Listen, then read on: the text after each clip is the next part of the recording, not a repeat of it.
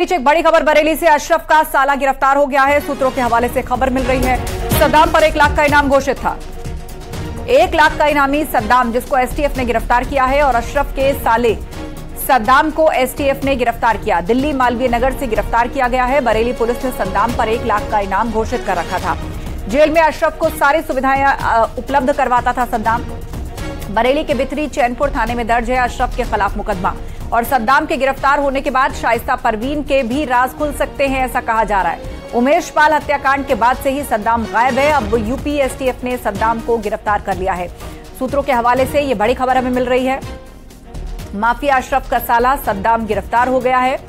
दिल्ली से सद्दाम की गिरफ्तारी हुई है। सूत्रों के मुताबिक यह बड़ी खबर हमें मिल रही है। यूपी एसटीएफ ने सद्दाम को गिरफ्तार किया है। सूत्रों के हवाले से बहुत बड़ी खबर, माफिया अशरफ का साला सद्दाम गिरफ्तार। दिल्ली से सद्दाम की गिरफ्तारी हुई है। यूपी एसटीएफ ने सद्दाम को गिरफ्तार कर लिया। अशरफ को जेल के अंदर तमाम सुविधाएं सद्दाम ही उपलब्ध करवाता था और उमेश पाल हत्याकांड के बाद से वो फरार चल रहा था।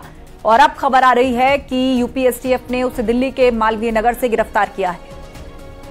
ऋषभ मणि त्रिपाठी से इस पर अपडेट लेते हैं। जी ऋषभ, बताइएगा क्या अपडेट है पूरी।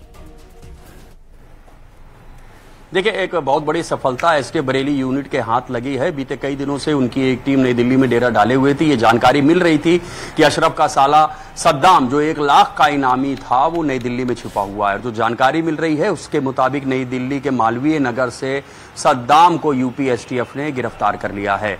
सद्दाम की बहुत बड़ी भूमिका थी जो प्रयागराज में उमेश पाल हत्याकांड हुआ था, उसकी साजिश बरेली जेल में रची गई थी। इस बात के पुख्ता सबूत आगे एसटीएफ की जांच में भी हुए हैं और ये बात सामने आ गई है कि सद्दाम ही बरेली जेल में अशरफ की अन्य आरोपियों से मुलाकात करवाता था। जो बरेली जेल का एक सीसीटीवी फुटेज वायरल हुआ था जिसमें साफ साफ दिखाई दे रहा था कि असद और गुड्डू बमबाज और उनके जितने साथी हैं किस तरह से नियम कायदे कानूनों को ताक पर रखकर अवैध तरीके से बरेली जेल में अशरफ से मुलाकात कर रहे थे। और बताया जा रहा है फरवरी में हुई उस मुलाकात के दौरान ही जो उमेश पाल थे उनकी हत्याकांड की पूरी साजिश रची गई थी।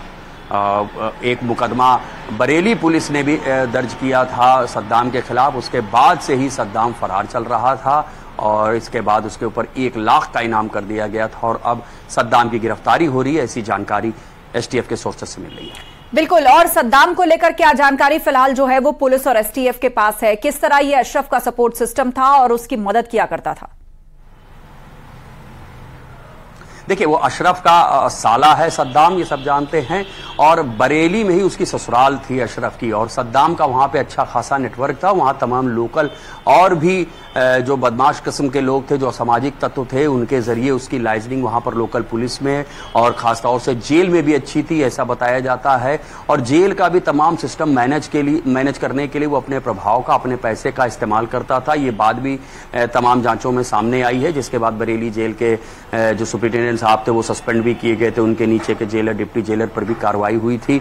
तो बरेली के पूरे इलाके में, जिसमें जेल भी शामिल है, वहां पर सद्दाम का अच्छा खासा नेटवर्क था और उस नेटवर्क का सीधा फायदा अशरफ को मिल रहा था। और वो सद्दाम ही एक बड़ी वजह था जिसके चलते अशरफ को वहां पर इतना सपोर्ट मिल रहा था जेल में कि वहां पर ही बैठकर वो अवैध तरीके से 8-8, 9-9 लोगों से मिला करता था और उमेश पाल की हत्या की साजिश भी वहीं रच रहा था जेल में। और शाइस्ता परवीन को लेकर भी कोई कनेक्शन क्या सामने आ सकता है? देखिए, शाइस्ता परवीन काफी समय से फरार चल रही है और जो ये एक बात जरूर सामने आ रही थी, कई दफा कुछ ऐसी कॉल इंटरसेप्ट हुई थी जिसमें इस बात की जानकारी मिल रही थी कि सद्दाम और शाइस्ता भी संपर्क में हैं। दोनों के बीच में 1-2 बार मुलाकात हुई है। हालांकि तमाम बातों की पुष्टि नहीं हो पाई है, क्या दोनों की मुलाकात हुई है या कहीं पर उसको फरारी कटवाना, जिसको उत्तर प्रदेश की भाषा में कहा जाता है कि फरार होने में कितने शाइस्ता की वो काफी मदद कर रहा है। बीच बीच में ऐसी खबरें जरूर सामने आई हैं। एक बार ये भी सामने आई थी कि वो पड़ोसी देश नेपाल में भी फरार करवाने की उसने पूरी कोशिश की है।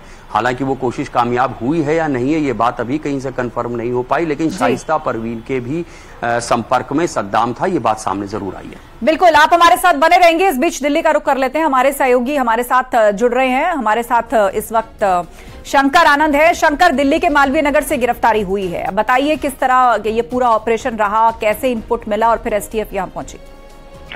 देखिए, सद्दाम को पिछले काफी समय से तलाशा जा रहा था और जिस तरह से इस मामले में यूपी पुलिस की एसटीएफ को जो इस मामले की जानकारी मिली थी कि वो साउथ दिल्ली में जो मालवीय नगर इलाका है उस इलाके में पिछले काफी समय से रह रहा है और जिस स्थान पर रह रहा था वो अपना हुलिया भी बदल करके वहां पर रह रहा था।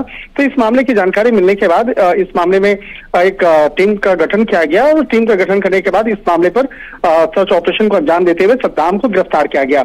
लेकिन उसकी गिरफ्तारी के बाद दिल्ली पुलिस को कहीं भी औपचारिक तौर पर जानकारी नहीं दी गई। जब यूपी पुलिस की टीम उसे लेकर उत्तर प्रदेश पहुंच गई, उसके बाद इस मामले की जानकारी हुई और उसके बाद दिल्ली पुलिस को औपचारिक तौर पर बाद में अनौपचारिक तौर पर बताया गया कि सद्दाम को उस इलाके से गिरफ्तार किया गया है। लेकिन अब मालवीय नगर थाना की पुलिस जो है उस इलाके में पहुंच करके जिस स्थान पर सद्दाम रह रहा था, किस नाम से रह रहा था, किस तरीके से रह रहा था, इन तमाम मामलों पर आगे की पड़ताल करने के लिए अब जुट गई है। एक तरह से कह सकते हैं कि अब इस मामले पर दिल्ली पुलिस की टीम भी अब जांचेगी, परखेगी कि जिस इलाके में रह रहा था कहीं वो गलत नाम से वहां पर तो नहीं रह रहा था या किसने वहां पर शरण दिया था और वो कौन कौन से लोग थे जो उसको शरण दे करके वहां पे मालवीय नगर इलाके में रखे हुए थे। तो इन तमाम मामलों पर पड़ताल करेगी और एक तरह से कह सकते हैं यूपी पुलिस को एक बहुत बड़ी कामयाबी हाथ में लगी है कि जो पिछले काफी समय से जो आरोपी फरार था, जिसको तलाशने के लिए कई अलग अलग डिस्ट्रिक्ट में तलाशा जा रहा था। हालांकि एक मालवीय नगर इलाके की अगर बात करें तो मालवीय नगर से ठीक तकरीबन 20 से 25 मिनट के फासले पे संगम बिहार का इलाका है और संगम बिहार का इलाके में भी इस जगह पे भी जो चर्चा हुई थी कि सद्दाम इस लोकेशन में भी आया था। तो लेकिन वो उस वक्त से ही साउथ दिल्ली में यूपी पुलिस की टीम जो है नजर बनाए हुए थे और कई बार अनौपचारिक तौर पे आकर के इस इलाके का रेकी भी किया जाता था और उससे जुड़े हुए तमाम इनपुट को खंगाला जा रहा था और आखिरकार इसी साउथ दिल्ली के मालवीय नगर इलाके से सद्दाम को गिरफ्तार किया गया और गिरफ्तारी के बाद आगे जब इस मामले में विस्तार से पूछताछ यूपी पुलिस की टीम करेगी उसके बाद और भी कई राज जो हैं निकल के सामने आ सकते हैं। जी शंकर, खबर यह भी थी कि अतीक की जो काफी प्रॉपर्टी जो है वो दिल्ली में भी है और जहां से सद्दाम की गिरफ्तारी हुई है वहां वो किसके घर में रह रहा था, कब से रह रहा था, इस पर कोई जानकारी एसटीएफ ने कुछ शेयर किया है क्या दिल्ली पुलिस के साथ? देखिए, एसटीएफ की टीम के द्वारा औपचारिक तौर पर कुछ भी जानकारी दिल्ली पुलिस के साथ में साझा नहीं किया गया है और इस मामले पर विस्तार से आगे इन्वेस्टिगेट किया जाएगा कि आखिर सद्दाम यहाँ पर किस नाम से रह रहा था, क्या वो अपने मूल नाम से रह रहा था या किसी और के नाम से रह रहा था। तो इस मामले में अब दिल्ली पुलिस भी आगे इन्वेस्टिगेट करेगी और इस मामले पर अब हो सकता है कि दिल्ली पुलिस यूपी पुलिस के साथ भी एक बातचीत करे और इस मामले पर जानकारियों को इकट्ठा करने का प्रयास किया जाएगा। लेकिन यहाँ पर देखा जाए अगर जिस तरह से वो प्रॉपर्टीज की आप जो चर्चा कर रही थी तो यहाँ पर दिल्ली में कई ऐसे जगह पर जानकारी मिली थी कि यहाँ पर चाहे साउथ दिल्ली में मालवीय नगर की बात करें या संगम बिहार इलाके की बात करें या साउथ ईस्ट दिल्ली में जो ओखला इलाके की बात करें, ओखला जामिया की बात करें तो उस इलाके में भी कुछ प्रॉपर्टी होने की जानकारी मिली थी और इस मामले पर पहले ही उत्तर प्रदेश पुलिस की टीम तफ्तीश कर रही थी। उन तमाम प्रॉपर्टीज के बारे में तमाम इनपुट्स को खंगाला जा रहा था कि किन किन इलाकों में अशरफ या सद्दाम या उसके परिवार से जुड़े हुए तमाम जो लोग हैं उसकी प्रॉपर्टी है और एक तरह से कहा जा सकता है कि उस प्रॉपर्टी से संबंधित कई इनपुट्स खंगाले जा चुके थे। लेकिन इसी बीच में यूपी एसटीएफ को ये जानकारी मिली कि कुछ अलग नाम से सद्दाम इस मालवीय नगर इलाके में रह रहा है और वो अपने कुछ जानकार के से लगातार फोन के माध्यम से भी जुड़ा हुआ था। तो इन तमाम मामलों की गंभीरता को देखते हुए इस मामले में टेक्निकल जो एक सर्विलांस जो कहा जा सकता है कि उसके माध्यम से कुछ इनपुट्स मिले, उसी के आधार पर सद्दाम के खिलाफ आसपास जो है कहा जा सकता है कि एक जाल बिछाया गया और उसमें सद्दाम को के बारे में जानकारी मिलने के बाद सद्दाम को यहाँ से औपचारिक तौर पर हिरासत में लेने के बाद यूपी में ले जाकर के औपचारिक तौर पर उसकी गिरफ्तारी की पुष्टि लगभग कर दी गई है। लेकिन अभी सद्दाम से जुड़े हुए कई राज जो बाहर आने भी बाकी हैं। जी बिल्कुल, और इस पर कोई जानकारी शंकर की इसको अरेस्ट करके यूपी पुलिस अपने साथ ले जाएगी या फिलहाल ये दिल्ली में रहेगा, उसके बाद इसकी कस्टडी मांगी जाएगी?